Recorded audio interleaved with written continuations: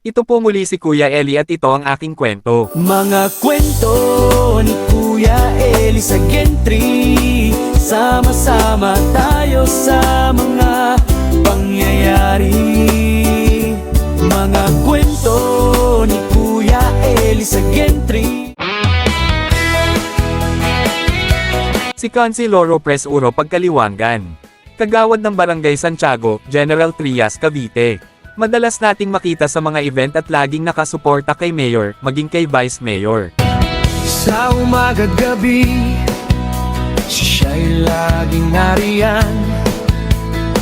Kaayusan ng barangay, di pinababayaan. Lagi ring nakikiramay at nakikisimpatiya sa kanyang mga kabarangay.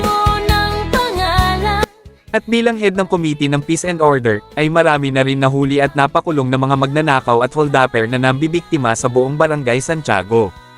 At kailan lang, kasama ang PNP Intel operatives, ay nakasakote sila ng mga suspects or mga alleged drug offenders sa Barangay Santiago. Bawat kilos, serbisyo na sa puso.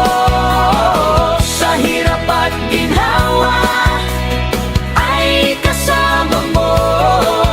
Ang konsi ko ay si Presuro. Yan si Councilor Pres Uro Pagkaliwangan.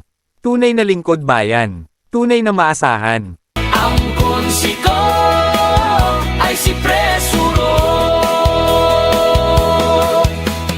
Ito po muli si Kuya Eli, hanggang sa susunod na kwentuhan kaya please follow for more.